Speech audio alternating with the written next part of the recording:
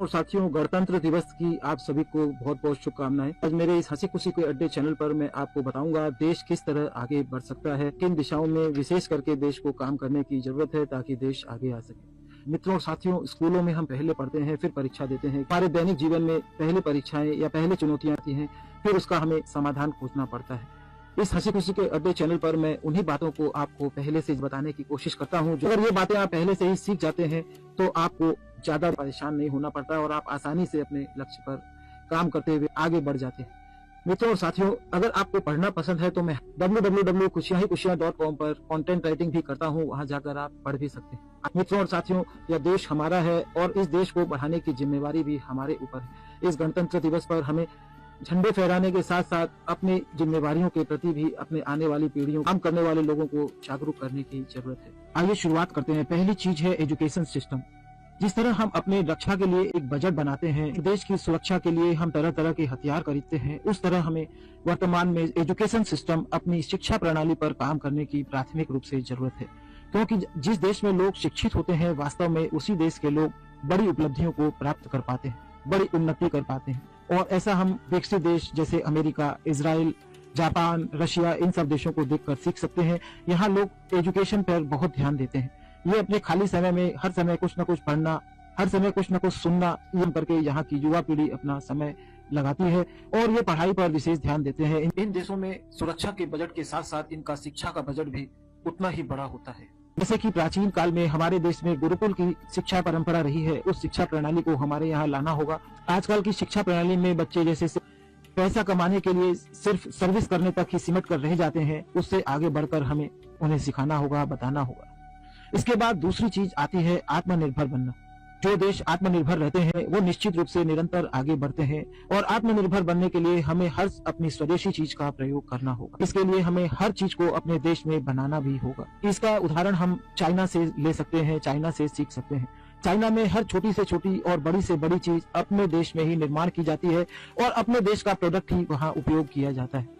इसके बाद वे उन उत्पाद और प्रोडक्ट को विदेशों में भी सप्लाई करते हैं। इस वजह से चाइना आज विश्व में नंबर 1 इकोनॉमी के रूप में उभर कर आया है। मित्रों साथियों, जब किसी देश का उत्पादन बढ़ता है तो इसके साथ साथ उसका एक्सपोर्ट भी बढ़ता है, विदेशी निर्यात भी बढ़ता है, जिससे उस देश में विदेशी मुद्राएं भी भरपूर राजकीय कोष में जमा होती है और देश का उत्थान होता है।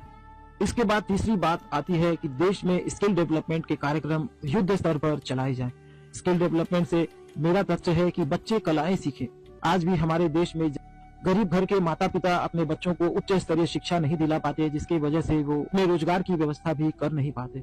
इसके लिए उन्हें स्कूली दिनों से ही स्किल डेवलपमेंट का महत्व, स्किल डेवलपमेंट के दौरान छोटी छोटी कलाएं सिखाई जाए ताकि वे अपने जीवन में आर्थिक चुनौतियों से न जूझे। इसके लिए स्कूल स्तर पर, इसके लिए कॉलेज स्तर पर और उसके बाद भी राष्ट्रीय स्तर पर प्रचार प्रसार करने की जरूरत है ताकि हमारे युवा इसके महत्व को समझ सके। आज भी युवा वर्तमान में स्किल डेवलपमेंट या उनके अंदर कोई न कोई कला की नवीनता, कला की शिक्षा न होने की वजह से इधर उधर नौकरी के लिए भटकते हुए नजर आते हैं। स्किल डेवलपमेंट का अगर वे ध्यान देते हैं तो वे निश्चित रूप से फिर खुद भी सक्षम हो सकेंगे और हमारा देश भी आगे बढ़ सकेगा।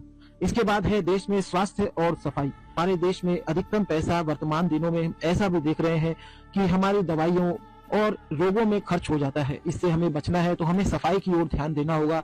देश में सफाई के कार्यक्रम चलाने होंगे, सफाई के महत्व को समझना होगा। जितना हम सफाई रखेंगे उतना अधिक हम अपने शहर, गांव, मोहल्ले और अपने देश को प्रदूषण से बचा सकेंगे, जिसके प्रभाव से न तो बीमारियां फैलेंगी, देश के लोग स्वस्थ होंगे। इसके बाद है इंफ्रास्ट्रक्चर।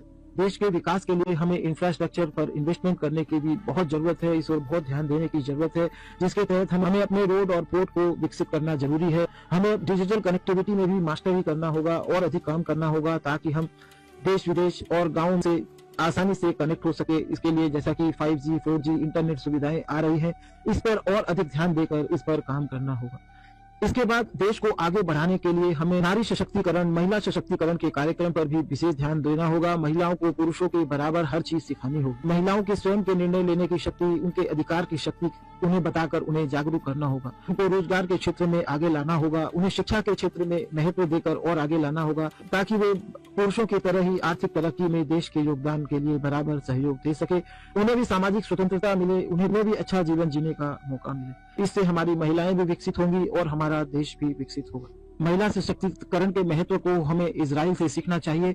इजराइल में वर्तमान में पुरुष, स्त्री, बच्चे जो आपको वहां पर आर्मी की ट्रेनिंग लेनी पड़ती है, इससे चारों दिशाओं से वो देश अपनी सुरक्षा दूसरे देशों से कर पाता है, क्योंकि कम जनसंख्या होने के बावजूद भी महिला और पुरुष दोनों ही अपने देश की सुरक्षा के लिए वहां पर सैनिक ट्रेनिंग लेते हैं और सेना के लिए उनको तैयार होना पड़ता है। इसके बाद हमें शिक्षा के दौरान ही हमारे स्टूडेंट और युवाओं को नौकरी की जगह अपना व्यापार करने की शिक्षा के लिए उन्हें जागरूक करना होगा। ज्यादातर बच्चे पढ़ लिख कर नौकरी करना ही चाहते हैं। नौकरी करने से वे किसी एक कंपनी के एकमात्र अंश बनकर उसकी सेवा तक ही सीमित रह जाते हैं। अपने व्यापार या काम धंधे को लेकर अगर आज की युवा पीढ़ी को जागरूक किया जा सके तो निश्चित रूप से देश में उत्थान आएगा, क्योंकि साधारणतया देखते हैं एक चाय पकौड़ा बेचने वाले दुकानदार भी 5 युवाओं को रोजगार देता हुआ दिखाई देता है। इसलिए हमें बच्चों को बिजनेस या व्यापार की तरफ जागरूक करना जरूरी है, उसके लिए उनका मार्गदर्शन करने की जरूरत है और इन सब बातों को उन्हें शिक्षा के दिनों में ही सिखाया जाना, समझाया जाना, बताया जाना जरूरी है, ताकि उनकी मानसिकता बदल सके। देश में युवा पीढ़ी व्यापार की ओर आकर्षित होती है, व्यापार करती नजर आती है, वही देश आर्थिक रूप से मजबूत होता है। जैसे कि इसका उदाहरण हम चाइना और अमेरिका से सीख सकते हैं। वहाँ हर बच्चा अपना व्यापार करता है, अपना मैन्युफैक्चरिंग करता है और उसे सेल्स की ही बाल्यकाल से ट्रेनिंग दी जाती है, जिसकी वजह से उस देश का उत्थान होता है। और हम देख सकते हैं वर्तमान में कोरोना की वजह से चाहे विश्व स्तर पर चाइना से कितनी भी नाराजगी हो, हर देश को कुछ न कुछ माल चाइना से खरीदना ही पड़ता है। वहाँ सुई से लेकर हवाई जहाज तक निर्माण का काम होता है और वहाँ का बच्चा अपनी चीज को बनाता है और बेचता है। इस दौरान हमें युवा पीढ़ी को सेल्स स्किल के लिए हमें तैयार करना होगा। तो साथियों, इस तरह इन सब बातों के साथ साथ एक चीज मुझे और समझ आती है, जो इस गणतंत्र दिवस के शुभ अवसर पर मैं सभी राजकीय नेताओं, मंत्रालय और स्कूल कॉलेज के प्रधान आदि को समय यह बात शेयर करना चाहूंगा कि वर्तमान में हम शिक्षा तो बच्चों को दे रहे हैं, किंतु उनका मानसिक स्तर से ऐसा देखने में आ रहा है उनका पतन ही हो रहा है, क्योंकि वे इस इंटरनेट की दुनिया में अपने सोने उठने का ध्यान नहीं रख पा रहे। तो एक मशीन की तरह सिर्फ काम करते करते उन्हें मानसिक स्ट्रेस की बीमारी घेर लेती है। जैसा कि वर्तमान में देखा जा रहा है, विश्व स्तर पर जैसे बच्चे डिप्रेशन का शिकार हो रहे हैं, उसी तरह यह बीमारी हमारे देश में भी पूरी तरह से बढ़ रही है। इस ओर भी हमें ध्यान देना है। हमें प्राथमिक शिक्षा के दौरान ही अपने बच्चों को सिखाना है कि वे समय से सोएं, समय से उठें और नियमित समय पर ही अपने जरूरी काम के लिए ही इंटरनेट का प्रयोग करें। फिर से हमें अपने युवा पीढ़ी को पुस्तकों के ज्ञान से जोड़ना होगा, पुस्तकों के महत्व को बताना होगा। इस तरह एक छोटी सी कोशिश मैंने आपसे देशवासियों के समक्ष की है, जिसे आपको इस गणतंत्र दिवस के शुभ अवसर पर ध्यान देना है।